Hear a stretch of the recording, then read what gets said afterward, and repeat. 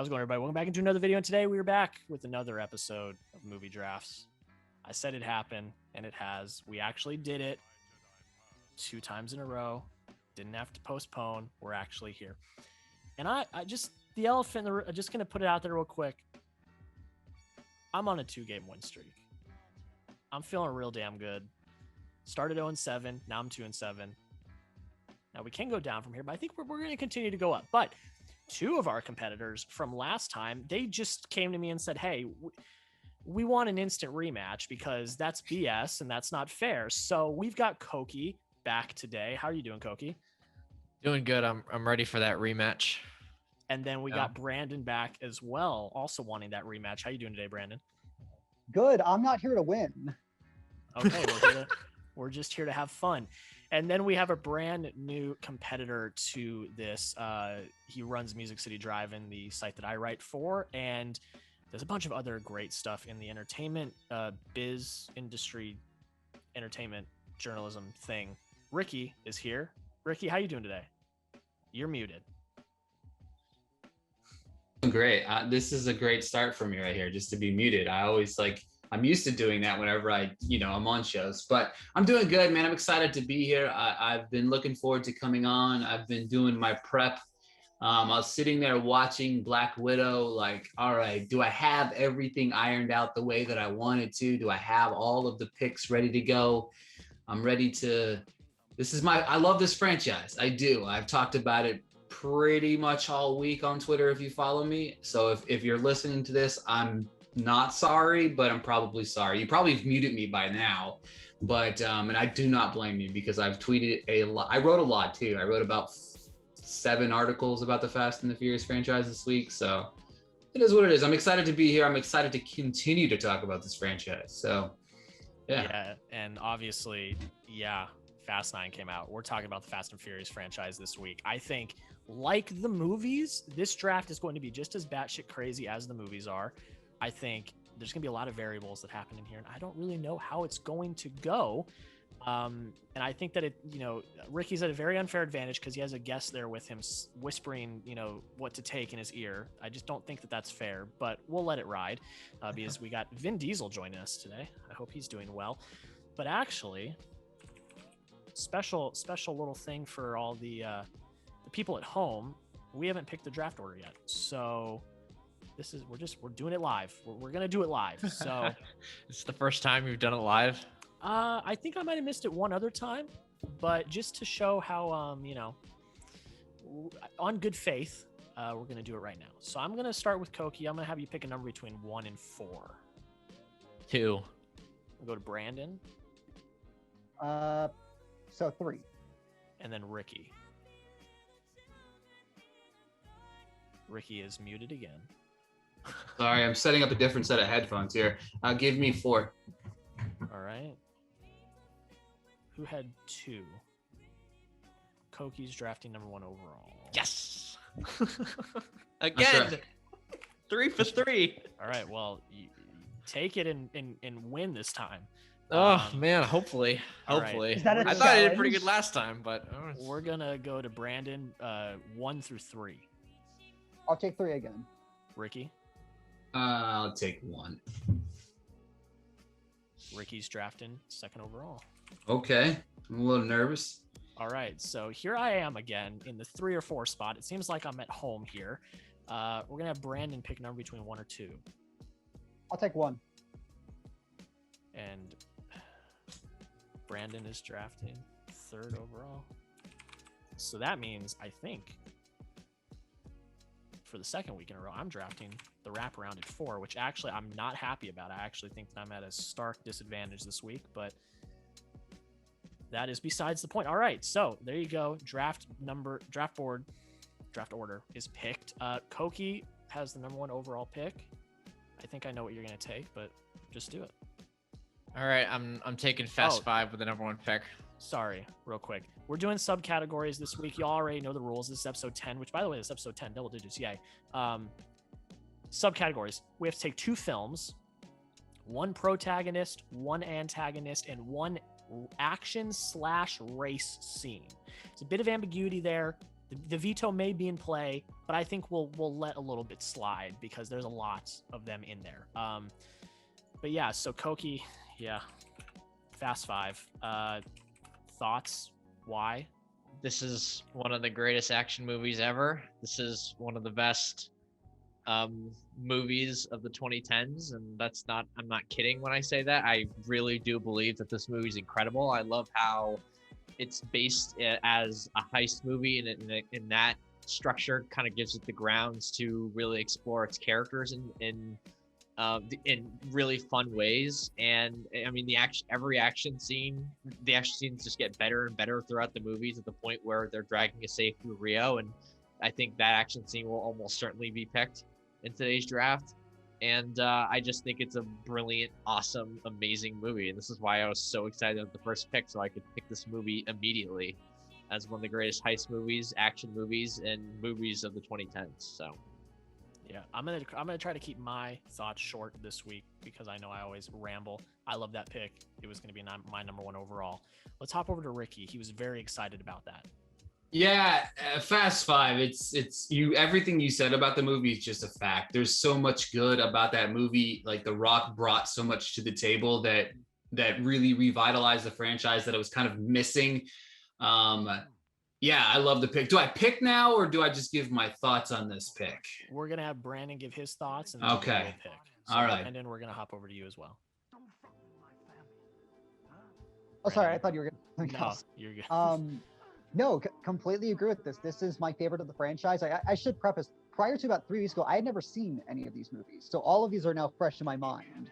And the excitement that I felt watching Fast Five, I remember thinking, oh, I wish I had seen this when it came out. Like, it's so exciting. I love watching just the crew interact and be idiots like a traditional heist movie. Like, I love that sort of thing. The bank heist towards the end is fantastic. I like sort of the dynamic that The Rock brings to it. It's just an overall, like, fun popcorn package, like the perfect distillation of what this franchise can be. Absolutely. Now, Ricky, you are up. What are you going to take? So this is really hard. Obviously, with picking second, Fast Five off the board, I've got to try to strategically think about this. So do we do Snake? So when you pick, snake draft. So when you pick twice? Yes, I am picking twice. All right, so it's going to take a couple picks before it gets back to me. I'm trying to win. I'm not gonna lie. I'm trying to win. Okay. I'm glad. You know, I just wanted to throw that out there. So I'm gonna go with a softie here. Okay. And this is going to be my race scene here. I'm gonna go to the end of Furious 7, the one last race between Brian and Dom. The homage to the end of, Paul Walker. So, sometimes you've got to, you got to get in front of the race early. As no pun intended. That was actually no pun intended there, but I'll take it. So tears every gosh darn time. That's a great pick. We'll hop over to Brandon first with his thoughts. As far as the final race, yeah, that pick. Yeah, holding back manly tear, obviously. No, like I think the third act of Furious 7, I don't totally think it works, but the last 10 minutes I think completely work. It is maybe one of the most emotional bits that this franchise has, especially if you're a diehard fan. I think, the flashbacks work integrally for that. Obviously, see you again playing in the background. It's one of those mundane, smaller sequences in contrast to something that should be huge. And I like the idea of doing that. And it was a great send-off for Paul. Absolutely. And KOKI?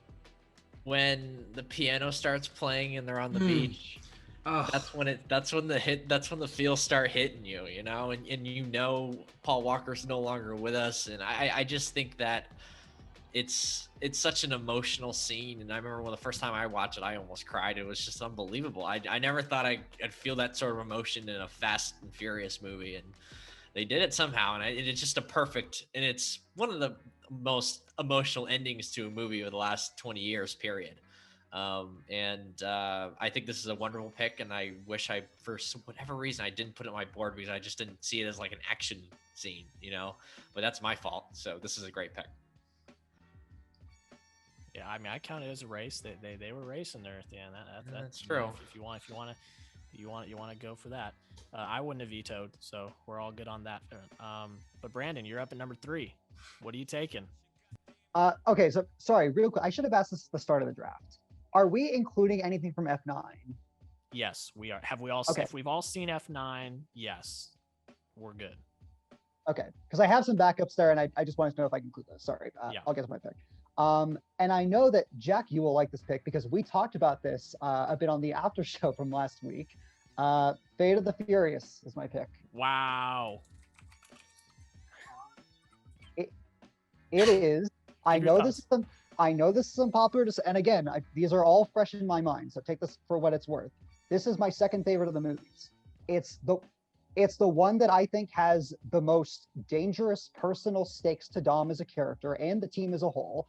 I don't like it in the context of the franchise, but in the context of the film, I like the switch up of Deckard as sort of part of the main cast. I like the more inclusion of more of the spy elements. I know that Charlize Theron is herring it up, but like she's totally works in this kind of role. I like, the insanity of the ending sequence is totally another story, the submarine anything, and it should not work again. But I think it totally does. Like, I think the way that they're framing this, I think this is the movie where this, and maybe we'll talk about Hobbs and Shaw later, I think this is where the insanity kind of works in its element. Again, there's just so much of it that I felt for as a viewer that I didn't think so, and I really wound up enjoying it. God, I thought I was gonna be the one that was gonna have to take this, and I was gonna get a lot of sharp looks from KOKI, but I freaking love that. That is a moment that has happened in this show, and I love that. I'm used to getting sharp looks from KOKI. I'll take it. So we're gonna hop over to KOKI, who is just in shambles right now, absolutely shocked. What are we feeling, KOKI? The thing with Brandon is he never ceases to surprise you. When we had our radio show at ASU, Brandon picked 8th Grade as the best movie of the 2010s and stunned everybody. And I love that movie. I love 8th Grade. But anyway, as for this pick, I have problems with a lot of the plot of this movie. I have problems with the fact that it never totally convinces me that Dom should be a villain and just totally, backfire on all the stuff he'd been talking about for all the previous movies before that. I never bought the Statham turn. They never. I don't know. It just turns on every character a little bit too quick for me. He never really takes his time to explain that, so you're kind of left the whole movie being like, what the heck's going on? But I do agree with the Charlize take. I think she's amazing in these movies, and I want to see her in more and more scenes. I think she's even better in Fast 9. And this movie, I mean, it has 2 of probably the 6 or 7 best action scenes in the whole franchise, with the baby shootout sequence. And then the jail breakout sequences, which is really underrated. I watched that on YouTube preparing for this, and that was a hell of a scene. So, Brandon, he never ceases to surprise. Good job, buddy. Good job. And let's hop over to Ricky. What do you think? So typically this is where I would make a joke and say, I can tell Brandon's really not trying to win because, but the other side of me really loves the pick because it's like when you play fantasy football, this is one of those risk picks because he doesn't really care that most of the audience didn't really like F8. You know what I mean? They didn't love it. But for me, I love it. I love Cypher. I think she's amazing. KOKI brought up the jailbreak scene, which is one of my favorite in the entire franchise. I personally think this is Dom's best movie in this entire franchise. I think I love him being the bad guy. Again, I talked about this off the air. I wish that Paul Walker would have been alive for this storyline because I feel like the scenes between these two would have worked and it would have made that him being that turn a lot different and it may be a little bit more viable.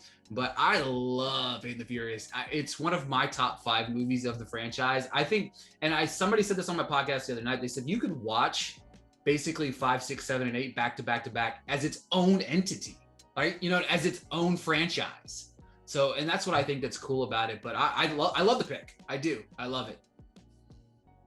I mean, the shock of the night so far, but I'd be lying if I said I didn't absolutely love the pick. So I'm up. I got the wraparound. I said this in the beginning, the pre-show beginning. I had no idea where this was going to go. I didn't know what was going to happen, and I am very happy where I sit right now, because I didn't think this film would fall all the way to me. So I'm going to take Furious 7. I think a lot of people's either 1 or 2. It's my number 2. I think, I'm not sold on the third act, kind of like Brandon said.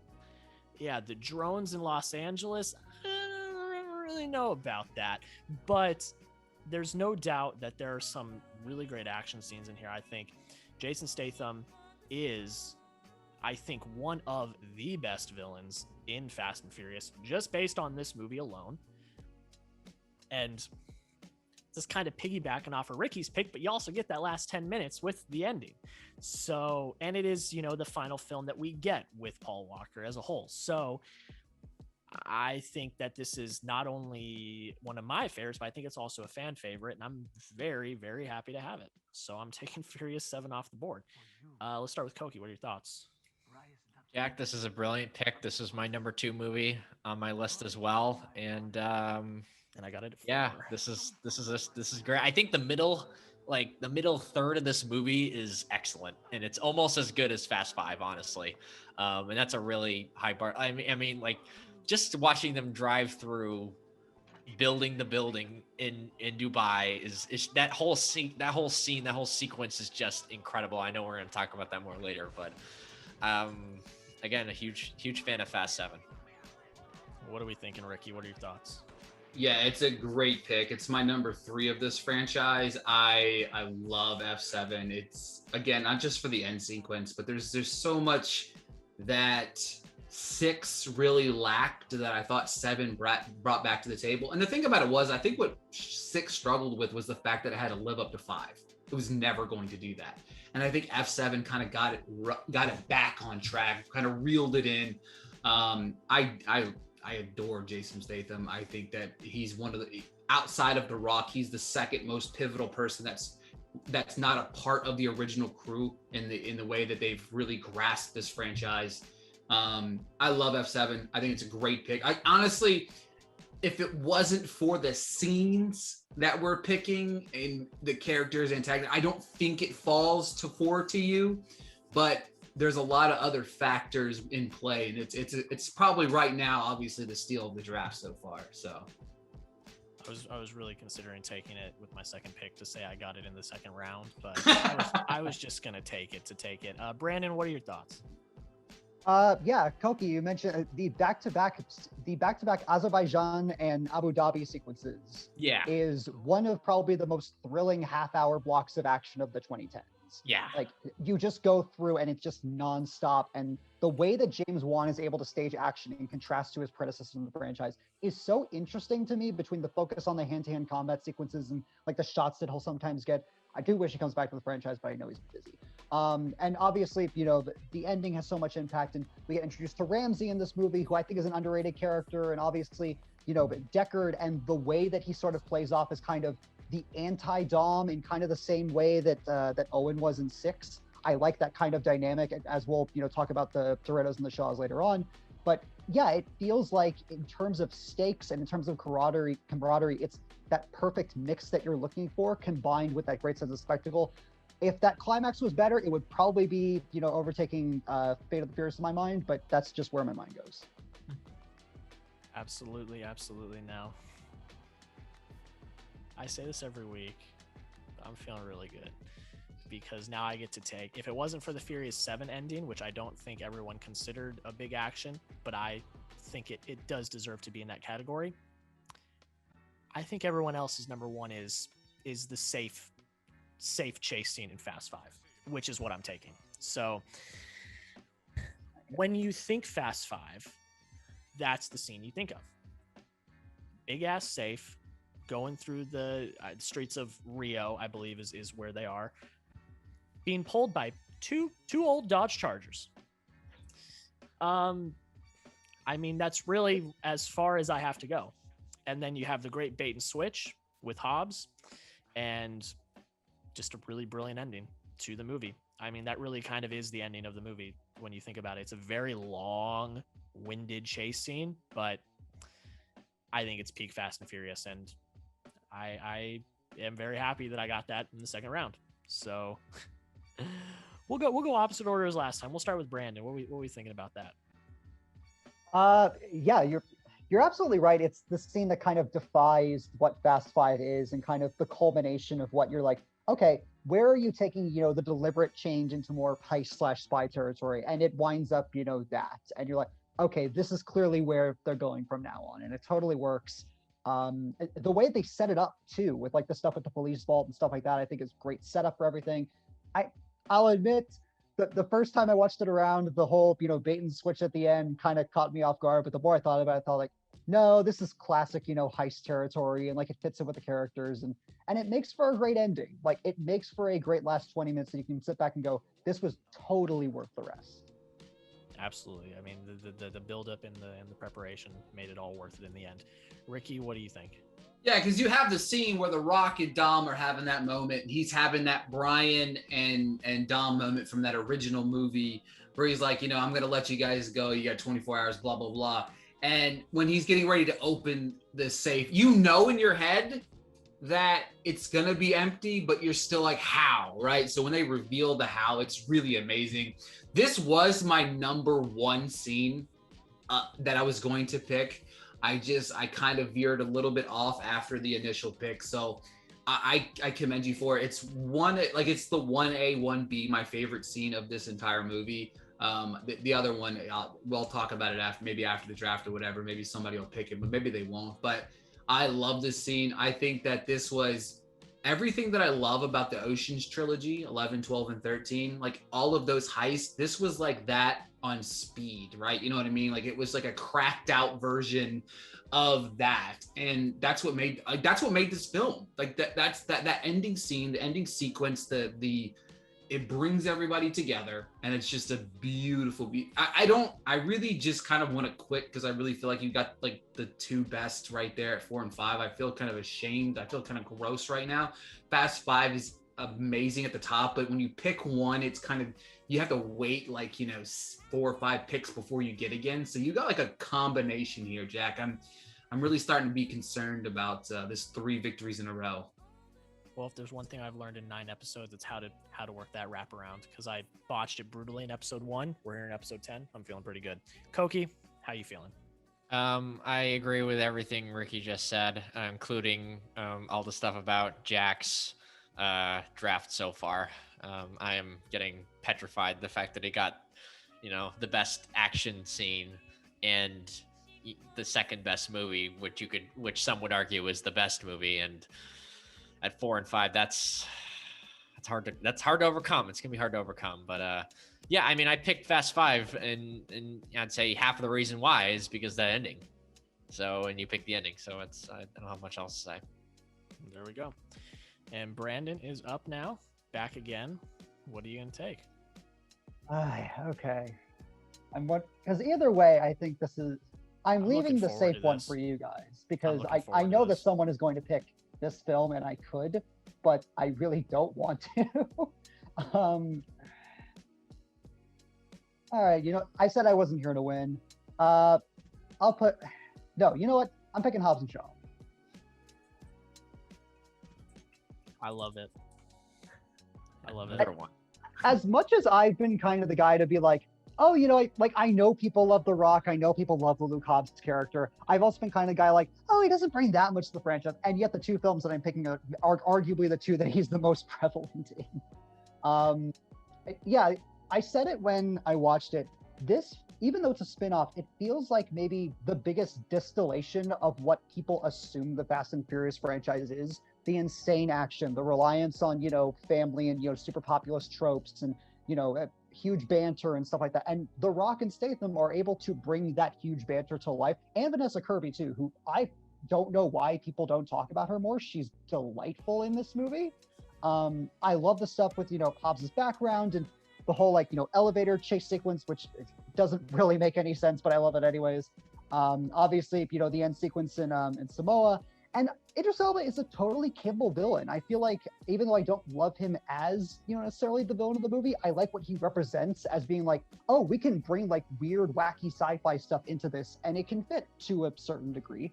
But yeah, it's overall one of those like just, really fun, over the top buddy cop movies that I just kind of am a sucker for, but it does it in such an insane way that I was just like, no, this is 2.5 hours of just straight fun.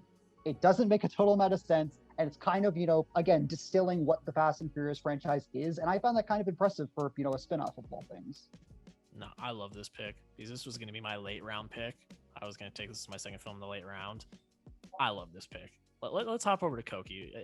Shocked as ever. What are you thinking? Once again, Brandon shocked me again. I was really excited for Hobbs and Shaw. I thought it was a brilliant idea. The fact that we're going to bring these two characters together, these two arch rivals, and especially after the prison breakout scene, which I mentioned earlier. But I think this movie is really funny at times. I think there's a couple good action scenes, and I love Vanessa Kirby in this movie. I think she's brilliant, and she needs to be in more of these movies. She needs to be more in more action movies, in my opinion. But I just think the action scenes in this movie mostly lack, and I think that some of the CGI really lags, especially toward the end of the film. And I mean, and if you don't have those two things down pat, then I mean, it puts your Fast movie way behind the rest in my book. But again, Brandon, it's what he does, man. Just keeps on surprising me. It is not a perfect movie. Like, it's one of those movies that like emphasizes action to almost a dangerous degree that the other movies don't, and I totally get why that doesn't work. And we're gonna hop over to Ricky. I love Hobbs and Shaw. I struggle so hard ranking this movie with the other movies in the franchise because it's like you like the idea of the two, but then you don't want to veer off some of the originals. I enjoy it. It is way too long. It's about 20 minutes too long. I mean, I think every movie in this franchise can be a solid 20 minutes too long, especially, F9 more recently. And then of course, Hobbs and Shaw, well, the two most recent films in the franchise, but I enjoy it. I think Idris Elba is perfect for what he does in this film. Vanessa Kirby's a delight in the movie. And The Rock and Jason Statham are my second favorite combination in this franchise. So, and by the way, while we're giving spinoffs, why we don't have a Roman and Ted spinoff, please explain to me, because it would be so good. I mean, I don't think they're done with this franchise after that main storyline. We're gonna get plenty of spinoffs because Hobbs and Shaw made a bunch of money. So I would love to see that. And Ricky's up. What are you gonna do? Man, this is hard. So, I'm trying to. I came in here with a game plan, right? You know what I mean. But as I start to see the movies starting to dwindle away, right? You know what I mean. The movies are starting to dwindle away, so it's like I'm not gonna be left with the scraps of the movies, which I'm okay with, I think, because I am going to go. I mean, I'm going to have to pick the man. I'm going to have to, you know what I mean? I've got to pick the guy behind me, there we go, behind me, the guy whispering in my ear to tell me, what picks to pick. I've got to go Dominic Toretto. I've said this, and I wrote this in an article that I wrote whenever I did my top 6 favorite characters of this franchise. And I think Dominic Toretto is one of the coolest characters of all time. Because if you lump in the fact that take away the craziness of the franchise, right? Let's talk about Dominic Toretto, the person, right?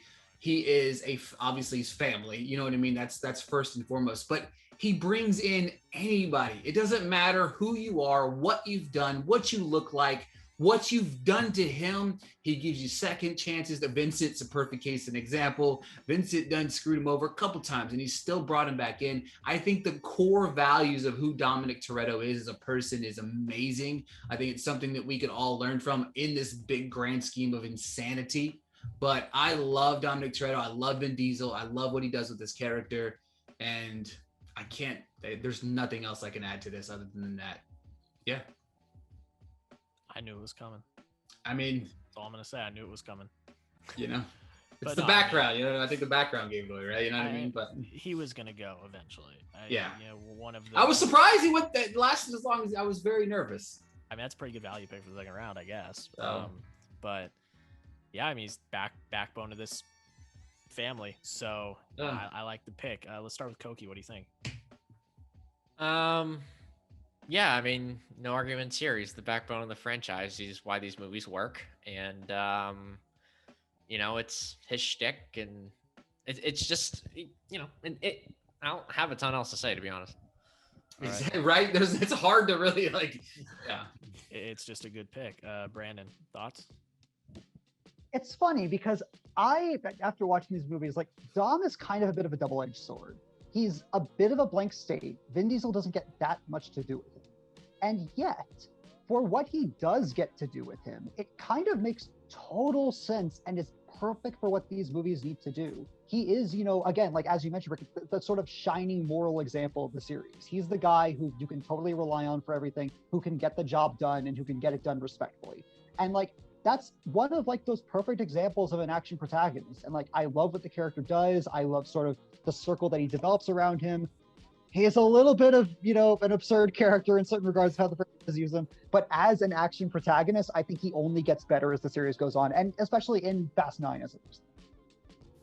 It's a great pick. KOKI, you got a wrap around. So what are you going to do? Whew. I'm scared. I'm scared. Tough. I'll just take the movie first and get over with it. 3, 4, and 5 on my list are all very close.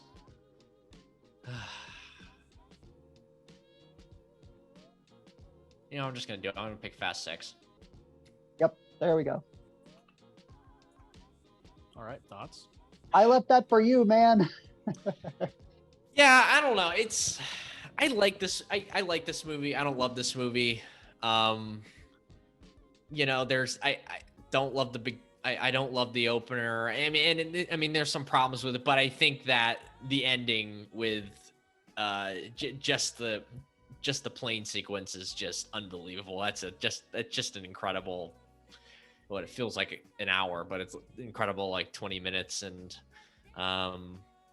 yeah, I mean, there's some like weird little side plots, and like Brian goes back to the U.S. and does the whole weird prison thing. I don't love that, but at the same time, I just think the action in this movie is really good, and it has some of the funnier parts of the whole franchise, like when they have to take the cars from the really snooty dude at the dealership. That was pretty funny. But I think overall, pretty good movie. I mean, I don't love it, and it's not as good as 5 or 7, not half as good as either of those movies, but I'm gonna take those. I'm gonna take that for now. But I might regret that later on. We'll see. Nice. I don't know how I would have been able to defend that one, so I'm kind of glad you took it. But let's hop over to Brandon. What are your thoughts? If it weren't for some leaps in the writing, and I know we're talking about this series, and there are always leaps in the writing, but but honestly, if it weren't for certain leaps in how like Hobbs and certain other characters react and how certain actions, the tank sequence, like if there weren't certain things like that, I'd probably go like, no, I love this movie because it brings. First of all, it's kind of like the intermediate chapter we need between 5 and 7. Like you need 6 to happen to explain the Shaws, obviously with the ending and things like that, but also you need it, for sort of where Dom goes as a character, for where Letty's development goes as a character, which gives her a lot of really interesting stuff. And obviously with Elena and things like that, there's a bunch of things, but neither here nor there. Like I think the action is terrific. Even though I make fun of the tank sequences, it's staged super well. I love the racing sequence against Owen and the crew. I think that's done super well in London. Yeah. And I really, really love Owen Shaw as a villain.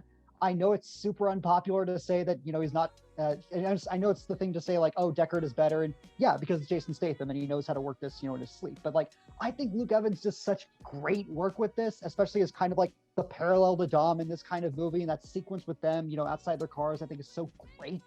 But that's just me. I know I'm very unpopular in that. So if it wasn't for certain things, I would probably say I love this. As is, I'm kind of with you. I like it a lot. I just don't love it. Yeah, Ricky, what are your thoughts? All right. So there's this is probably one of my this is one of my least favorite movies of the franchise, but at the same time, like I really feel like there's only one bad movie in this franchise.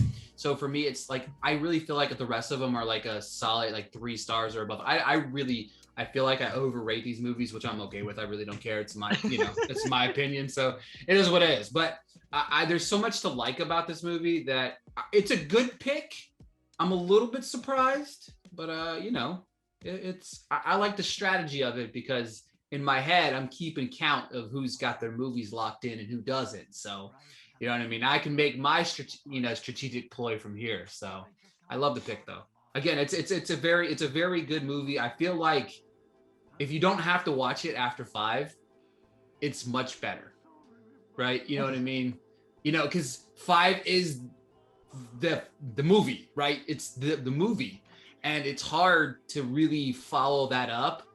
And I feel like they got some of the scenes, they got really stuck trying to follow it up. But I will say this about F9, about some of these stupid scenes. I do love how Roman brings all of them up throughout every one of the movies. You know what I mean? Each movie he brings up what the previous movie did. You know what I mean? So it's fantastic. But I love 6, but not as much as the others. But it's a good pick. I like the pick actually a whole lot. There we go. And KOKI's got his movies off the board. Now, what are you going to do? Yeah, that was part of my strategy, trying to get the movies as quickly as I can because, I don't know, I just kind of had like 2 at the very, very top, and then there was a drop off, and then there was another drop off. But I didn't think I was going to have to get to the other drop off. But anyway, next pick. This is tough. I'm going to go with the whole Dubai sequence. Okay. The Rousey fight is amazing. It's one of the greatest female on female fights in the history of movies. Jumping a car through multiple buildings it's just unbelievable to watch. I think the production design's really good in this scene. It's just a blast from start to finish. And I mean, Roman's doing hilarious stand up in between. It's just like when the fast movies are at their best is when they're just intercutting comedy with just sick action, right? And those are usually the best sequences in the entire franchise. And they're just doing stuff that's blowing your mind that no other movie outside of, crazy Star Wars sci-fi movies that can partially claim that they're not science fiction, right? If you put those movies into that, which at this point is kind of shaky, but anyway, if you do that, then I mean, this movie just raises the bar on action time and time again. And I mean, this scene is my second favorite action scene of the whole franchise, so I'm gonna go with Dubai. Yeah, I mean, it's when you see the sizzle reels of Fast and Furious, you see that car coming out of the building. I mean, it's just absolutely crazy. So we'll start with Ricky with this one. What are your thoughts on that sequence? That scene to me, I mean, obviously it starts with, Vin Diesel picking the car up. Let's not, you know what I mean? He literally, he picks the car up. I mean, whatever. It's Vin Diesel. He can do whatever the hell he wants. Dominic Toretto can do whatever the hell he wants to. But that to me, I remember seeing that in theaters and going, am I allowed to cuss? I don't, okay. I was like, are you fucking kidding me? And then my next thought was, that was cool. Like, you know what I mean? Like it was that insane to me, but man, it's good from the fight sequence. It's some of the best hand-to-hand fight sequences you see. And it really, I think it established the because you had Letty, right? You know what I mean? That scene, you had we've never really saw her like that, right? You know what I mean? Like I know we had the fight with was Carano Gina, was that before or after this one? Before. Okay, so yeah, so we saw that a little bit there, but then we see it. I don't know. I love it. I think that this is a great pick because I feel like you got a lot to chew on, so you have a lot going on, and I think that's what makes this pick for you even better because there's the fight scene, but then there's also the infamous car to building to building scene as well. So it's really a great pick for me. Yeah, Brandon, what do you think? It's the triple threat of action sequences in the franchise. It's, a remarkable bit of, car stuntman work. Seriously, those stunt workers do not deserve enough credit, and they do. Or they don't get enough credit, and they do, I should say. Like that all feels like high stakes, and obviously with a ticking time bomb sort of thing. Obviously, the Roman doing stand up is a great bit of like comedic relief to everything. You have Ramsey and Tej working on the tech stuff, and I will never concede that Ronda Rousey is a good actress, but she totally works in this sequence. Yeah. There we go. All right, Ricky, you're up. What are you taking? All right, so I just take a movie now, right? well, the thing about it is I've got to verify here. So KOKI and Brandon both selected 2 films, right? Yes, they have. So taken films are off the board for these gentlemen, right? Yes. And you took one there yourself, right, Jack? Yep. All right. So with that being said, I am going to pick my antagonist here. I am going to go. I'm gonna dig back into the well of the best movie of the franchise, and I'm gonna go Hobbs. I think that he is a fantastic antagonist in that movie. It's when you talk about it, it's hard to blur a line for him to be the antagonist. But when you're going up against the family, that's the antagonist. You know what I mean? Like you're that guy. And the scene in Brazil is one of the best, most intense scenes of this franchise, other than Vin Diesel saying this is Brazil in the weirdest accent that I've ever heard. It's still iconic, don't get me wrong. And I love the entire scene, you know what I mean? Because you have the comedy relief, because The Rock's going in there to arrest these guys, right? You know what I mean? He's going in here and saying, all of you guys are going to jail. And you have Vin Diesel, and Brian is low-key hilarious throughout all of these movies that he's in, right? You know what I mean? He's like, Brian, do you feel like you're under arrest? And he laughs. He's like, nope, I don't. You know what I mean? And he is, if I had to pick, he's my number 2. Like, he's my number 2 of this entire franchise. I think that he is that good, and his development in 5, and then kind of from there, please come back to the franchise. Miss you. That's all. I mean, that's this is one that I was like, are we gonna get this character picked twice? I did think about that tonight, and yeah, I mean, I am not gonna veto, because he is the antagonist for a large chunk of Fast 5, so I'm gonna let that stand. Let's start with KOKI. What do you think? Yeah, I was gonna ask if he counted as an antagonist, but like, I mean, I just didn't. The thing is, here's the thing with these movies: half of them there isn't really even an antagonist. Like with the early movie, well, with the first movie, I guess there's like the weird Asian gang, right? But like, still, like, I guess Vin's the antagonist. I was gonna say you could argue he was the antagonist of that movie. I guess. So we're gonna take Dominic Toretto twice too. No, but I'm just saying. I mean, we could. He is the antagonist of 8, though. That's for real. But yeah, I won't lie. I almost double domed it, but I didn't. So that would have been. That's the new bumper sticker. I double domed it. Yeah, but I like this. I mean, I love this pick. I think The Rock in Fast 5 is unbelievable. It's his best performance, and I kind of miss The Rock from this movie, because from the rest of the movies, he's still good and he's still really entertaining, but he doesn't have the same edge that he does in 5. In 5, he's like a real, like, no-nonsense baddie who isn't really self-aware in terms of, like, it's kind of funny to watch him be that serious, but at the same time, he's like actually that serious and like really putting effort. But like, but with each movie, he gets a little softer.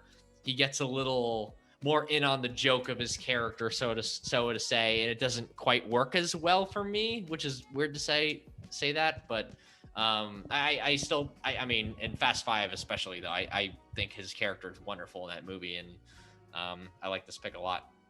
Actually, you know what? Now that more I'm thinking about it, he is really the antagonist of this movie. The only time he really helps them is when it's to help himself and his men as well, when they're getting ambushed. It's really the only time he kind of helps, because at the end of the movie, where are we? You know, it's Dom and Brian against The Rock. And he's like, I'm going to give you 24 hours to run, but I will come and find you and I will arrest you. he really is still the antagonist at the end of this movie. So actually, the more I'm thinking about it, I think it passes. I think it's a very strategic pick, and I really like it. But Brandon, let's get your thoughts. Okay, sorry. We've been on a lot of tangents and I kind of blanked out for a second. What am I commenting on Luke Hobbs' antagonist, Fast Five. Yes. Okay, I just wanted to make sure. You're good. Yeah, it's funny because when you said that, I initially thought, oh, KOKI and Jack are going to veto this, and I'm going to agree with them. But no, it's totally valid in that movie. You're right. There are a select few moments of heroism with him, but otherwise, no, he is the antagonist. Also, putting on a very strange Southern accent in that movie that he just loses later on. I don't know why he does that. It's like the Scarlet. It's like the Scarlet Witch in the MCU. She's got that deep accent in Age of Ultron. Now it's just gone. Right. Yeah.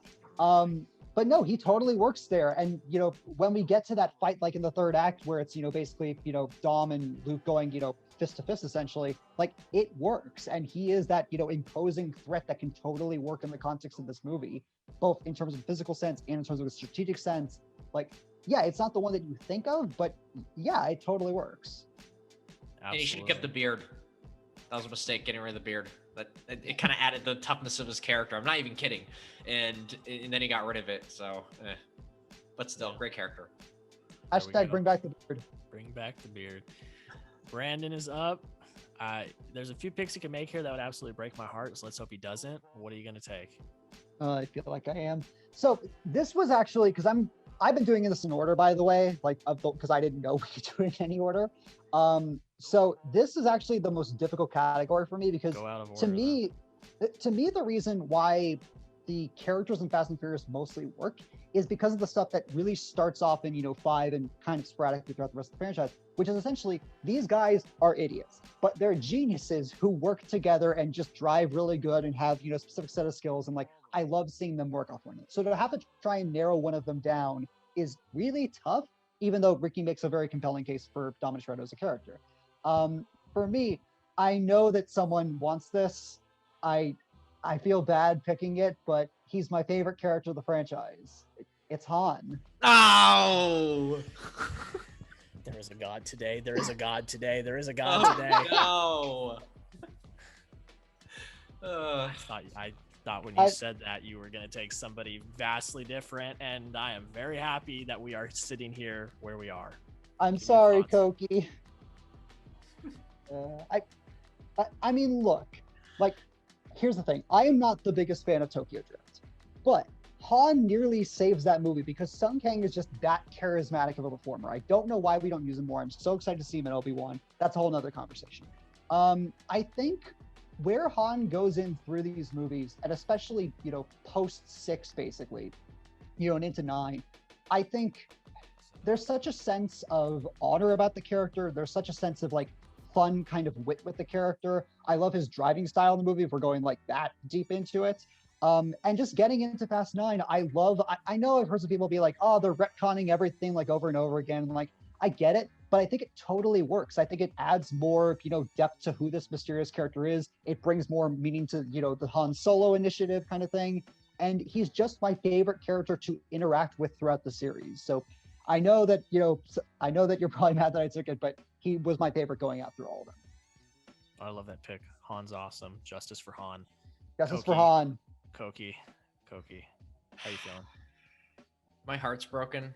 I'm sorry. As an Asian man, I was getting ready to pick the Asian man in the series and the great Asian man in the series. But anyway, I guess this is my time to just talk about how great and cool Han is. Han, one of the coolest characters in blockbuster cinema of the last 10, 20 years. Brandon is right. We need to put him in more movies and more stuff. He's a brilliant actor. And I actually think his best movie is 5. I think him and Gal Gadot playing off each other on the side of that movie is unbelievable stuff. And it would work in any movie, and especially Fast 5. And it kind of brings this whole element to it. And there's the moment where Gal Gadot, she's driving through they're trying to catch the cameras, right? And they're doing the training scenes. And she finishes her drive and Han's literally just like, I think I'm in love. And it was just like, it was just hilarious, the whole thing. And he's just such a cool character. And man, and so consistent and steady, and they never should have killed him off. And the fact that they brought him back is just wonderful. And I don't know, I'm just all in on him, all in on Han. I'm sorry, I do want to add real quick because I completely forgot about the Han Giselle stuff. I don't give a crap about Giselle. I don't think she's very interesting of a character, but when they're together, they are the cutest freaking couple in the world, and I don't know how it works. It's absolutely agree with that. fantastic. Ricky, what are we thinking? You know, this is an interesting pick. It really is. I like the character. Personally, he's not a top 5 character of the franchise. But I get the love for him. The thing about it is when I say that, it's my personal top 5, but there's this, I think this really goes to show you that there's so many characters in this franchise that are so likable, right? And I think that's what makes this franchise so good, is that you have, like, we can have a draft where we're talking about our favorite characters of the movie. Like, we could have a draft just on characters alone from the entire franchise. And I think we could all get probably 4 solid picks from each other that would really be pivotal to the entire franchise. But I'm not as big on Han. I wish they would have saved him being alive for just the movie, because when I was in the movie theater and I saw F9, there was probably 1 billion people. Like, the theater was packed completely, not an empty seat in the entire room. And I'd say 75% of the people probably didn't see the trailer, because when he arrived, they went ape shit over him coming, which was cool. But I couldn't have imagined if I was watching it and I first saw him for the first time and he was alive, I would have been with the other 75%. So yeah, I mean, I do love that he's back. I need more of him. When he walks in eating his whatever he was eating, Potato chips. Potato chips. And the crew's just sitting there chilling, like, what? You know what I mean? So exactly. So yeah, I love the pick. Interested. Brandon's really going off. Like, I can't get a read for this guy at all. You know what I mean? Like, it's like, what is this guy doing? But yeah, so I like it though. That's great, because he took someone I didn't think he was going to take, and now I think I'm going to win this draft. So here we are. So this is the person I've had my eyes on this entire draft. This is who I wanted. I love Dom. But he is by far my favorite character in this entire franchise. Brian O'Connor. I mean, give him to me. I think the franchise really starts with him, and then it's him investigating Dom and the crew. And as we go, we learn to love him. We see his character grow into not really wanting to be a part of that world anymore. And that's kind of, he gets that happy send-off in the end of 7. So to get that character development throughout is really great. And I think Paul Walker is great as the character. So, you know, is this a pick to pander for the audience? Maybe a little bit, but I genuinely love this character as well. So I have no shame in taking him. I thought Brandon was about to take him when he was doing the build up, and I was about to cry, but I'm very happy sitting here with Brian O'Connor. So let's hop over to Ricky first. Yep, can't go wrong with this. Number 3, in my opinion, of the franchise. My 1 and 2 are the guys that I took in this draft. Brian, he has, I think, my second favorite arc of anybody in the franchise. I'll mention probably the other one later.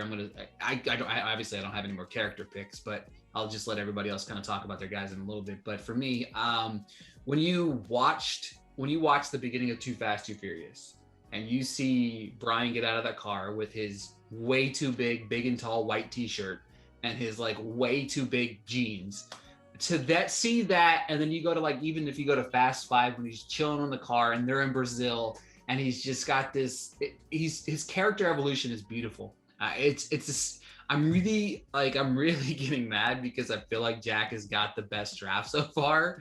And it's like, in my opinion, I feel like it's like not close. No offense to the other 2 gentlemen on the panel here, but I'm really getting upset because it's Brandon, you're really screwing everything up here, man. Like, you're like that guy that I play fantasy football with that I don't know like, you're playing Texas Hold'em and you can't read them the entire night, and you're like playing cards and you're like, man, he's got he has nothing. I'm gonna go all in. He's got nothing, and then you got like a full house that beats almost everything. You know what I mean? That's what I'm playing with right now, and it's really starting to. It's starting to get to me, Brandon. You're really starting to get to me, man. I just want to talk about movies. I'm not even mad at you. Like I'm just like it's just like I don't really I want to know what's going through your head a little bit, and it's really starting to get to me a little bit, man. I love it. That is. But also screw Jack, because this is a show and he shouldn't be allowed to win. So you know what I mean? Well, Man. the people of the poll will decide. Let's hop over to Koki. What are your thoughts? So we're talking about your pick of Brian, right? Yes. Yeah. Yeah, I don't have a ton to argue about here. I do want to take this time to sort of talk about how incredible the CGI is at the end of Fast 7 in terms Absolutely of, breathtaking. Yeah. you know, just like he's not in the movie for the last third of the movie. That's someone else. That's his brother combined with stunt people, right? Or something like that. And they make it, and there isn't a moment until the very, very end, which I think that's kind of, I think they kind of did that on purpose, where you can tell that isn't him. You know, like until the very, very end, it looks like it. I mean, Brian's just there in the movie, just doing Brian stuff. And I mean, it helps that most of it was at night, and they can kind of work around that a little bit, and it's darker, but still, I just think it's incredible what they did in Fast 7. By the way, we haven't talked about the first 4 movies like at all on this show. I know we're gonna get to it eventually, but we just, it's almost like they don't exist. Our hand will be forced to where we have to. I have no choice. I have 2 movies left to pick, so it's gonna be. Yeah. I'm getting scrapings. You know, And I feel like Jack's gonna pick one of them soon, but still, and no one's picked F9 yet, too. But still, like we haven't even talked about like the action sequences in the first 4 movies. But I'll digress. Yeah, and we're gonna hop over to Brandon for his thoughts. Yeah, Brian is, you know, the golden boy. Like, there's a reason why people have fallen in love with this character, you know, up until, you know, Paul Walker's untimely passing, is that Paul was able to deliver such great charisma and such likable dialogue and such a great on-screen presence. Like, you know that thing when you see leading men, you're like, yes, that person needs to be on screen. Like, Paul Walker had that thing. And when you watch Brian throughout the movies, even just as a character journey, it's not, you know, the most Shakespearean, like, okay, you know, he's, you know, he sees the error of his ways and, you know, he starts to learn about the world of cars and he goes back into it, but it totally works. And you are vying with him and rooting for him the entire way. And once we get to, you know, I'd argue, you know, Fast and Furious 2009 is kind of the starting point of that, when you start to see like the split ideologies between him and Dom and where they can really find common ground, and the conclusion of that in 5, so to speak, and going on into 6 and 7. And obviously his relationship with Mia is wonderful. Like, I hope we get to talk about Mia at some point in this draft, because I think she's a really underutilized character, and I really like the way that she and Brian interact with one another. And again, he, in a lot of sense, is the emotional core of where this gang goes. And when he doesn't pop in these movies anymore, there is something lost there. And I think that's a tribute to what Paul and that character represents. Absolutely. Well, I'm not going to take a movie here. Making us wait. I will take whatever the scraps are left, because the first 4 are going to do it for me, because I'm going to take my villain. I'm going to take Deckard Shaw. I think, you know, Luke Hobbs is a little bit of a loophole. I mean, not really. We have confirmed that he is an antagonist in Fast 5. But if we're talking straight up antagonist of a singular movie, it's hard to argue Deckard Shaw as probably maybe top 2 best villains in this franchise. I mean, what he brings to Furious 7 is just incredible. He is one of the scariest villains. He killed Han for a while, and now he's back. And he just brings this sort of kind of, it's going to sound weird, but like kind of charisma to the role that is just kind of him. And that doesn't make a lot of sense, but it just, the way that he acts and the way that he performs is in a way that is just so kind of evil, and I really enjoy that. And he is a standout of Furious 7 for me by far. I mean, he's absolutely fantastic. When he walks into the Dubai scene with just the gun and with the grenade launcher on it, and he's about to just do whatever he does, I'm like, oh shit, this is not good. So I love him. great villain. And I'll take the scrap of whatever movies are left because I'm very happy with where I'm sitting right now. Let's start with Brandon. Yeah, Deckard, especially in 7, is a fantastic character. And he is basically, in my, again, going back to, Fast and Furious 4 for a second, like when you watch that movie, Dom is on the warpath. Like he is a character where nothing can stop him. And if you get in his way, he will destroy you in the most painful way that he knows how. And that's what Deckard kind of reminded me in 7. Like he's, you put Owen in a coma, this is kind of paralleling back to Dom's, like you hurt the family, you're getting the horns kind of thing. And, once we do get to, I mean, I know I've been joking about the climax of Furious 7 all day, but like when we get that street fight between Dom and Deckard, there's stakes there. Like there's real anger pimped up. And as your audience, so it's almost like an old fashioned gladiator fight kind of thing. And, going into Fate of the Furious and his eventual kind of, anti-hero type turn, I get it. It's a bit quick. It totally is. But I also think Jason Statham has more than enough charisma as an action star to be able to do this kind of thing in his sleep where you're like, okay, sure, why not? And, no matter what the scripts entail, no matter what the, plot entails, I think he is able to deliver on that kind of thing. The banter is great. Obviously, like the family history with the Shaw comes into play. And again, like, I don't think he can live up to what he was in 7, but as a character overall, I think fantastic. Streets never lie. That's I hate the street always wins. I hate that line so much. It's so dumb. I hate that line so much. I love that line. Stop it. Let's hop over to KOKI with his thoughts. I love the Shaw family. I think it's an incredible mid-series invention that also shot even more life into this franchise. And I mean, I just think the Deckard Shaw character in Fast 7 is brilliant and unbelievable. And I agree with everything Brandon said and everything that you said, Jack, about him. And that's why Fast 8 was kind of frustrating to me in a way, because they built up this like really nasty villain who is it just seems like pit of the earth evil. And yet now he's like a anti-hero without really, without us really explaining it. And I know one of the reasons why we love this series so much is because, they're not afraid to make wild and rash decisions, right? And to me, this just was, for whatever reason, it's just a step too far for me. But I don't know. And Ricky, what do we think? Slam dunk, home run. I'm mad at you. I don't even really want to talk to you right now, Jack. I mean, I love you, man. You're great. I mean, you might not have a job after this is over on the music scene driving anymore. Like, I'm struggling because this is a great pick. Like when I did my top 6, Dom, The Rock, Brian, obviously in the top 3. And then of course, you had, you've got, Jason Statham in there in my top 5. It's just, you're killing it.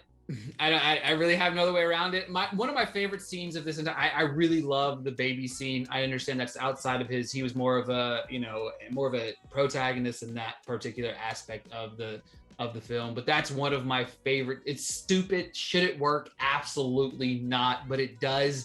You see a side of Jason Statham that we've never seen in any movie that he's ever been in, ever. It's so, just the way he baby talks to the baby, puts a little, it's just beautiful. I love the character. That's why I love Hobbs and Shaw so much. When he was in the post-credit scene of F9, I lost my shit because I'm like, we need him back in our lives. So I love the pick, man. I mean, I'm going to play a little spin zone here. Would you really fire me because I just am, really doing a good job at, knowing the franchise that you love so much? I mean, it's, this is just initial feelings. All right. When I get off here, I'm going to be like, thank you for letting me be on the show. I really appreciate it. I would love to come back on again. But right now, my initial feeling, don't take my initial feelings to heart. Okay. No. But right now you're fired. After the show, you won't be fired. All right. Cool. All right, Brandon is up. Let's see. Does he have the full house? Let's see what he's got. Let's see what he's working with. I don't know how I can follow up a potential firing with my choice. This is interesting to me because, as I was mentioning, I love protagonists of these movies all together in kind of a group. I've been kind of looking at the antagonist sheet, and I don't know if there's that many great villains in this series. like there's a few. There were certainly a few where I was trying to narrow it down to that, one has already been taken with Deckard Shaw. And I think there are, but like I'm going down the list and I'm like, I don't know if that one's great or okay, that one was fine. And I really wanted to go with the one that I've been, praising to actually, you know what, I am, because I think Koki's going to go with this and I don't want to heartbreak him twice after Han. So I'm going Owen Shaw. Okay.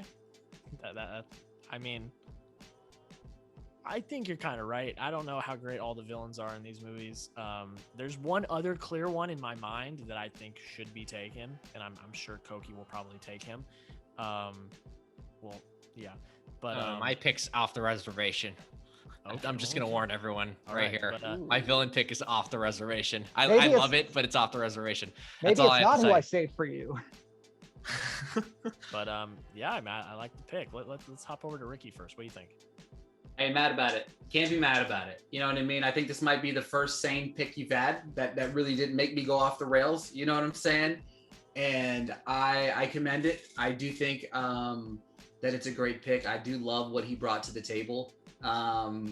It's crazy to me because I really liked him so much. And then when, of course, we get the introduction to, Jason Statham on the flip side of it, it's like, damn, like this is a good combination of characters that were brought to this. Again, it's great casting. You know what I mean? I think we've had one bad casting in this entire franchise, John Cena. All right, but that's my thoughts. Yeah. All right, let's hop over to Koki. I don't know. I'm not gonna lie. I'm kind of out on Owen Shaw as a character. I just thought he was kind of bland and didn't really do much for me. I'll be honest. I don't know. That's one of the big weaknesses of 6 in my mind. And to me, that like the villain is pretty secondary in that movie, and it's more about getting Letty back. Like that's really the whole goal of the movie. But who's responsible for turning Letty? I mean, mostly Dom, and I guess Owen Shaw's incompetence to a degree, and like I don't know, he's all about I kind of like, I don't know, I'm not a huge Owen Shaw guy, but I think I prefer all the other Shaws actually, including Vanessa Kirby, who's I think is just brutally underrated in this series and brutally underrated as an actress in general. So absolutely. Ricky. Sorry, no, sorry. Can I just add one quick thing? Yes, go ahead. Sorry. So like I went into watching these series before F9 mostly blind, so I didn't really know a lot of like the big spoilers, but aside from the Paul Walker thing, obviously. But I will admit, one of the few times I like stood up on my chair and just cheered was that plane sequence in Fate of the Furious when you see Deckard there, and I'm like, wait, who's the other one? Oh my God, it's Owen! They brought him back. So sorry, I know I shouldn't be overly praising, but that was like one of my oh shit moments of the series. That's great. All right, Ricky, you're up. What are you doing? So just gotta take a movie now. You're kind of backed into a corner now. I am, and the thing about it is what I'm doing here is, I've got to go the OG. You know what I mean? I do. It's what started it all, and I think it kind of goes on brand with what I've done so far. It's my second favorite movie of the franchise, and I think that it plays as a soft spot in my heart because it did jumpstart it all. But yeah, it's got to be that. I have the perfect final pick, and I'm going to make it my final pick for a reason, because when the movie, it's obviously coming back to me with movies, all of the rest of the movies still in play. So I'm very excited about that because I'm going to go with a crazy pick, but I love the original. It's what jump-started it all, between the chase scene at the end between Dominic and the first race that we really get between the two of them. And of course you almost had me scene. It's fantastic. It's funny between the two of them. It's funny to watch that. I really wish that somebody's never seen these movies before would watch the first one and then watch 9. Nothing else in between. Just watch 1 and then watch 9 back to back and just be like, yeah, this is that franchise, guys. But I've got to go the OG. I love that one. I think that's the best of the first 4. So I like that pick. That was what, if it happened to get back to me, which I did not think it would, I would have definitely taken that one. Let's hop over to Brandon first. Ricky, I'm so sorry to break your heart. I don't like this movie. As a person that only saw him 3 years ago, 100% makes sense to me. Still, because I know friends of mine who legitimately like and I know, like, with all the social media was behind F9, I've seen a ton of people like, oh yeah, the first movie is great, like it's this jam-packed illegal street race movie, like it's basically Point Break again, but with street races and things like that. And I get that. I totally do. Like, I think there's some cool stuff between Brian and Dom. I think, again, Mia being a central character again, who I think is neat. I think that whole gas tanker sequence is great. But I really don't like the writing of it beyond just the fact that it's Point Break again and it follows all the beats and all the character motivations of that movie. And beyond that, there's this, I know we're talking about Fast and Furious and it's already a pretty masculine series as it is. There's this weird, like, toxic thing that goes through the movie. Maybe it's just the Vince character that I don't like. Maybe it's how David Ayer and some of the writers write the dialogue and things like that. There's stuff about it that just really rubs me the wrong way, just from that point of view. And the ending's fine, but again, it feels really lackluster unless you're going into the second film, which I guess kind of it works for Brian's character. But there's just things about it that just really don't work for me. I'm sorry. All right, let's hop over to KOKI. I hate to agree with Brandon here. I mean, I literally rewatched this movie ahead of this podcast and ahead of watching F9 to like try to talk myself more into it. And I liked it a little bit more, but I still couldn't quite talk myself into it. A lot of it has to do with the writing. A lot of it has to do with just the acting. I just think the acting is really poor in this movie. It's just not where I want it. And I think they just take it too seriously. And that's kind of my problem with the first four movies in general, is that like, I don't enjoy them as much because it's just every character like takes it like it's life and death. And I think one of the great things about the fast chies to me is when they're kind of having fun, and they're kind of they're kind of, I would say in on the joke, but a little bit in on the joke, but also, actually legitimately caring about family as well. And I don't know. I think there's some things I like about this movie, and there's some things I sort of caught. I kind of like sort of the gritty vibes of it. Like there's things and there's lines and things that are said in this movie that are like, oh my God, I can't believe this became a national blockbuster franchise, because it really has a lot of, it's kind of like, it's almost an indie movie. It kind of has those vibes a little bit. And I like the inside baseball car terminology too. I think I kind of want them to bring that back into the franchise, if anything. But yeah, I want to like this movie more. And I like the Brian and Mia dynamic. I think that works. But I don't know. I kind of agree with Brandon here for the most part. All right. The original's off the board. KOKI, you're rounding out your draft. What's going to be your next pick? Yeah, so... Okay, so I have my action scene. I have my two films. You need your antagonist and your protagonist. I need an antagonist and protagonist, right? So I'm gonna go with protagonist, and I think my antagonist is still gonna be on the board. So I'm gonna go with my protagonist, and I'm gonna change it up a little bit here and go with Roman. Okay. You're gonna get some votes for that one. Fans love Roman. Yeah, I love Roman. He makes me laugh all the time. It's very simple, and he kind of brings a joy and a self-awareness that I talked about a little just a moment ago, and that I kind of connect to with the series, and and he brings it in Too Fast, Too Furious, which I actually is my favorite of the first four movies. Now that I can say that, since I picked my movies, I mean, Too Fast, Too Furious is definitely a flawed movie, but it's a blast to watch. It's really fun to watch. But anyway, and I love what he does in this movie as well, in Fast 9. Just sort of like, the fact that literally in the movie he's talking about how are we all alive all the time? How are we getting no scratches? I just get that fun meta commentary. I kind of like that addition to this movie, and I just love his character. He makes me laugh. It's very simple. Absolutely. I love that's a sneaky good pick. I really like that pick. Ricky, what do you think? It's a great pick. He's on that cusp of some of my favorites. He's not in my top 6 either. Has everybody picked their protagonist? Yes. Okay, so his partner is obviously my more favorite. I love Ted a lot more. I think that's what I was talking about earlier. I thought Brian was the number 2 guy with the character development.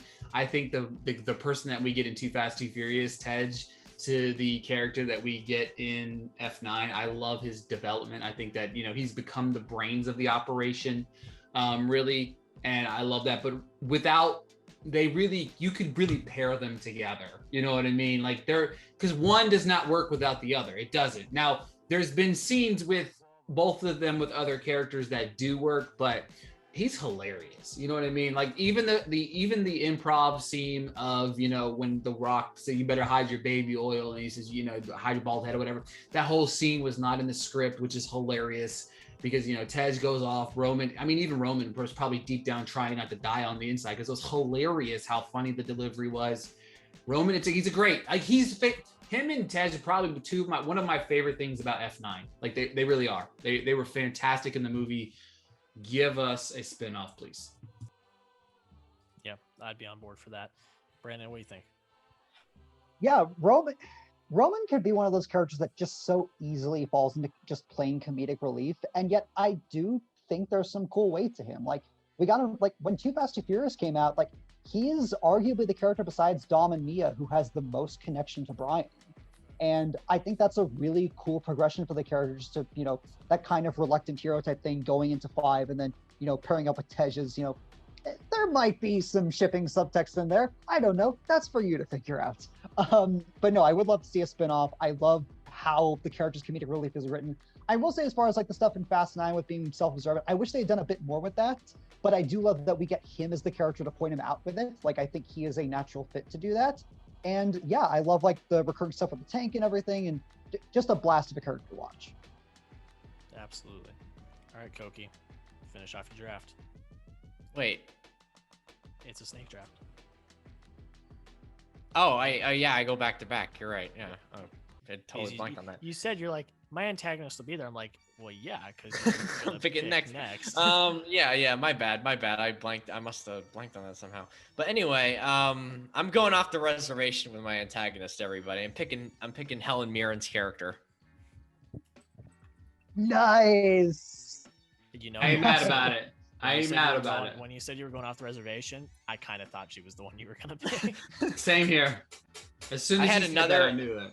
I had another off the reservation pick, but I'm going, and this wouldn't have been my pick if it weren't for the F9 scene where she's just driving around London, just zipping through cars, saying ridiculous lines perfectly, and just being one of the coolest characters in the whole movie, if not the whole series. I just love how much fun she has doing these movies. I love the fact that she's in this series in the first place, and I mean, just a wonderful character and a wonderful invention. And I just like how the Fast franchise just throws these famous people into these movies without really any warning. Like the Cardi B, spoiler alert, the Cardi B cameo in Fast 9. Like I even enjoyed that. Like I don't know. I just love Helen Mirren's character in these movies, and she's just so much fun. And you can tell she's having an absolute blast, just eating up the scene. And weirdly, her and Vin Diesel have really good chemistry on screen. It's weird. I don't know how it's possible, but it's there. And this is my off the reservation pick. I like that one. I like it. Let's go to Brandon first. It is a damn good off the reservation pick because she is, for all intents and purposes, an antagonist. She's just so playful and fun with it that you never see it. Exactly. And I also love, like, like those GQ videos where like actors will go through and like discuss their famous roles. I love the idea of like getting one with like Helen Mirren's like Gosford Park and the Queen, and then she has to go to Fast and Furious and be like, yeah, it was fun. Like I had fun with it. I also love that we've gone through 3 of the 4 Shaw family members, and I'm just waiting for Ricky to pick Hattie. He's not going to, but I hope he does. But no, Hattie is a great character. She owns every scene that she's in, and I hope we get to see more. Like, unfortunately, there's not too much time because they've used her very sparingly, but I love what she represents in the series. Absolutely. Ricky, what are your thoughts? Fantastic pick. It's a great pick. I agree with you. Her being in this franchise should make 0 sense. 0. Below 0. But it works. You know what I mean? And it's crazy because, she's amazing, right? You know what I mean? She's a serious actress, and it's like I feel like she has so much fun. Like just watching her in F9, she's in it for what, 3 minutes? You know what I mean? And Yeah. And she has a blast with it. You know what I mean? And the chemistry between her and Vin Diesel, it makes no sense. There's another thing that makes zero sense. But their dynamic together, I love the pick. I love her, and I hope we see her. I hope we see her again, because she, even at that small role, she's a blast. Absolutely. Now Ricky's rounding out his draft. He needs one more film. Which one are you taking? All right, so I feel like I've got some strong competition here. I feel like we're all just really chasing Jack. You know what I mean? Like it's really what we're doing right now, is we're chasing Jack. And I've got some solid options. I'm not gonna go F9 because I don't feel like it's getting. You're not gonna get any votes for that. Exactly. People right. are gonna just hate on it. So I've got to play with my heart here. No, I mean with my head, not my heart. Okay. I love Too Fast, Too Furious with all my heart. It's so good. It shouldn't be good. It reminds you of like Lethal Weapon, and kind of reminds you a little bit of like Bad Boys as well. You know what I mean? Like a mixture of all of those great buddy cop movies in one. I love Fast and the fucking wordplay really annoys the Fast and the Furious. I really enjoyed that movie. I think it was great to kind of bring Dominic back to the equation. I'm going to go with the worst movie of this franchise. And I'm going with this pick because I feel like I could get some votes for going with this pick. And I'm going to go Tokyo Drift. When I first watched this movie, however many years ago, I hated it with a passion.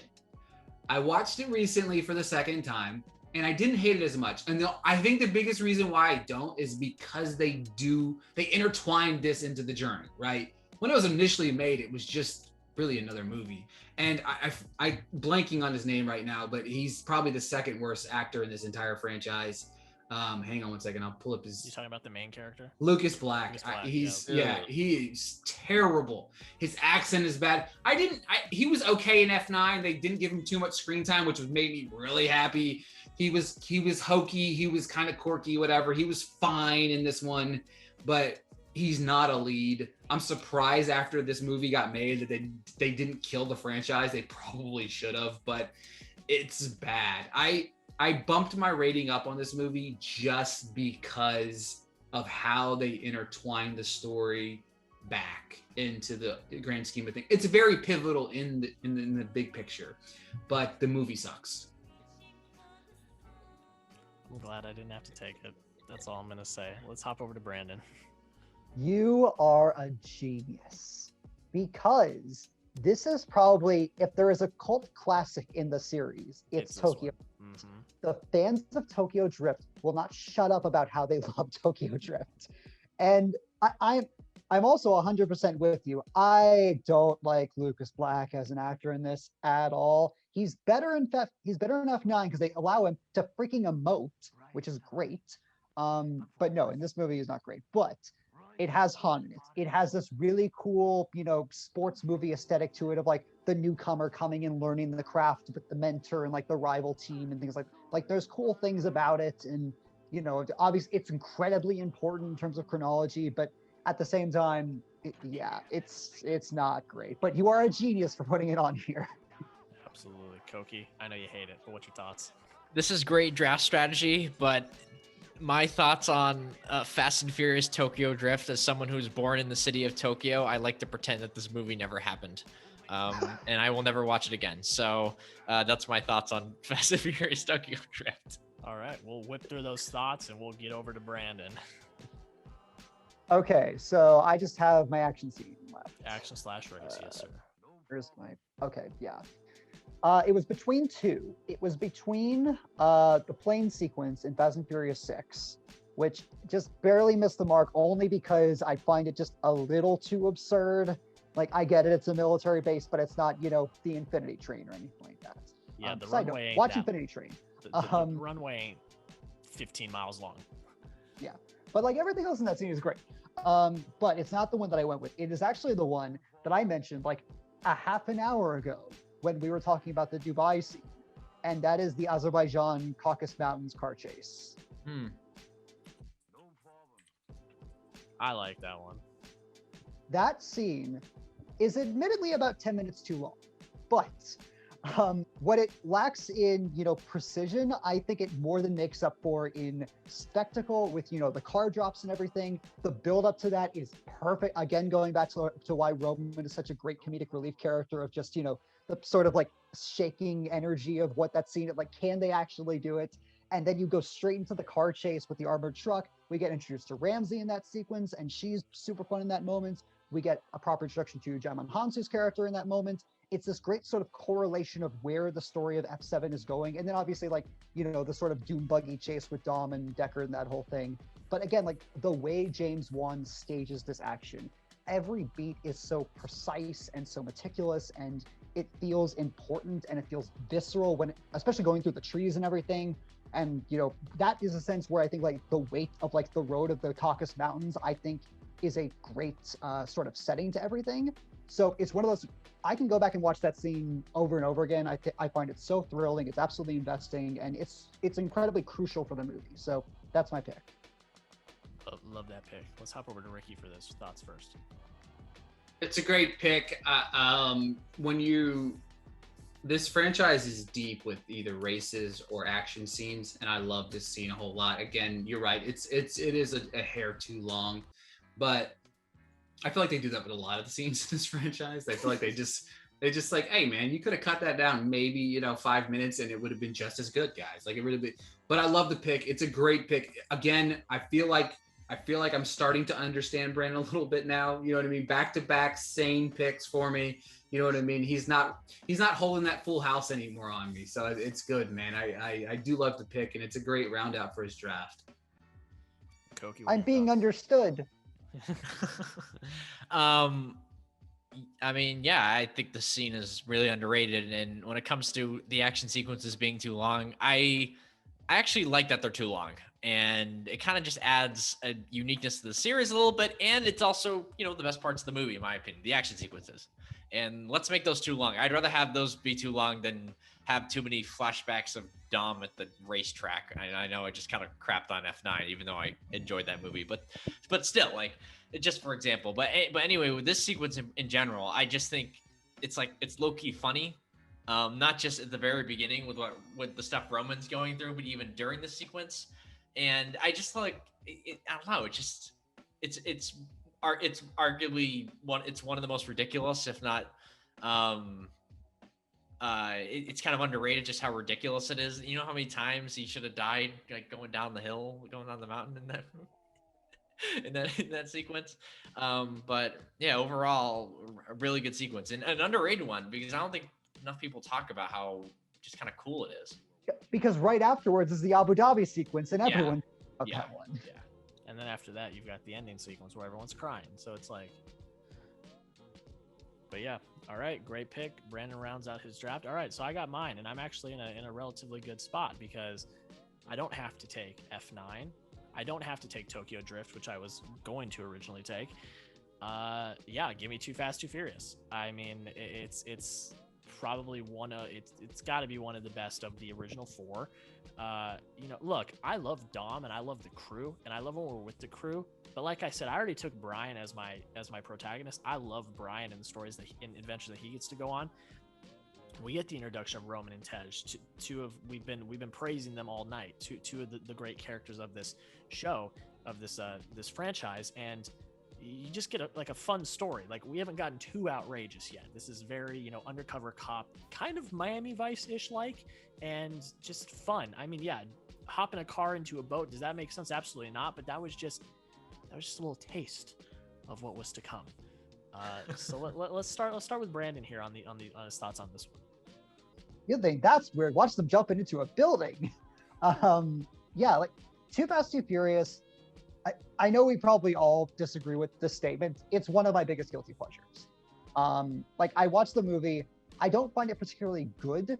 I think the Miami Vice influence is a bit too much, like especially in just the structures of it all. If you go back and watch the original series, like it's very much the same. But like the chemistry between Paul Walker and Tyrese is great. I love, how they progress sort of, the mystery of like how the cartel is going out of Miami. The boat chase scene is awesome. And like John Singleton, rest in peace, knows how to direct. Like and that is a slight on Rob Cohen. I don't think he's a great director, but John Singleton knows how to direct, not just action, but like camaraderie and friendship and evolutions of characters so that we are invested in all of this. So even if it's, ridiculous and way too cliche, it totally works. And like, that's why Too Fast, Too Furious it has a special place in my heart amongst like the early Fast and Furious franchise. Let's hop over to KOKI. I agree with everything Brendan said. This movie is a wonderful guilty pleasure and just a blast to watch. It's not maybe it's not a great movie, but it's also it's one of the funnest movies of the entire franchise, not just in the top 4. And it's my favorite of the first 4, to be honest. So, great, and we'll round it out with Ricky. Yeah, it's a very fun film. I even said earlier, it's a very good buddy cop film. It fits into that genre to a T. It really kind of started the evolution of Roman. It's kind of funny because Roman was a lot more serious, but also funny in that movie. And like, he's just not even remotely close to being serious anymore. But his character's kind of, well, I mean, the series has gone off the rails. That was a little bit more of it was a more realistic film outside of maybe some of the boat scenes and stuff like that. But overall, like it's a really, really fun film. I agree. Is it a great, like, I don't think any of these movies outside of Fast 5 is a great film, right? You know what I mean? I agree. All of them are really, really enjoyable. They're a blast to watch. And that's the thing. Like, I love these type of movies because I can turn my critic brain off and just enjoy what's happening. You know what I mean? Does the story in any of these make sense after like 4? No, they don't. But you know what? It's all we care about is Corona and family, and let's just have a good night. You know what I mean? Like, that's it. I assume you mean the beer. Yes, definitely the beer. Okay. Yeah, we have to make sure that everyone knows that now. Yes, we do. Yeah, but that's it. That rounds out the draft. So I'm going to run through everyone's teams real quick, and then we will get out of here because we all got things we got to do, and sleep is really nice. So KOKI drafted number 1 overall. He took Fast 5, Fast and Furious 6, the Dubai sequence. He took Roman, and he took Helen Mirren's character. I'll find her name later, and you guys will know on the graphic. Ricky drafted 2nd. He took the ending of Furious 7, aka Man Tears. He took Dominic Toretto, Luke Hobbs as his antagonist in Fast 5. He took The Fast and the Furious, the original, and he took Tokyo Drift. Brandon was 3rd. He took Fate of the Furious, Hobbs and Shaw, Han, Owen Shaw, and the Mountain Chase from Furious 7. And then I had the wraparound. I drafted 4th. Took Furious 7, the Fast 5 safe chase scene. I took Brian O'Connor, Deckard Shaw, and Too Fast, Too Furious. That is the draft, gentlemen. I want to thank you all for coming. We were here for a while. But yeah, guys, thank you guys for coming out tonight. This was a lot of fun. Thank you so much for having us. This Thank is what you happens. so much. This is what happens when you put me and Brandon on anything. We just go, or me on anything for that matter. We just go way too long. Yeah, well, it's going to be a good one. And y'all, go vote on the poll. It's out now. It'll be at the top of the description. Go follow these guys on social media. Their stuff will be in the description as well. Thank you all so much for watching. We did it again. We actually made a movie draft happen, and we got to episode 10, which I didn't think we ever would. But that's pretty much it, guys. Thank you so much. Have a good rest of your day, and we'll see you in the next episode of Movie Drafts.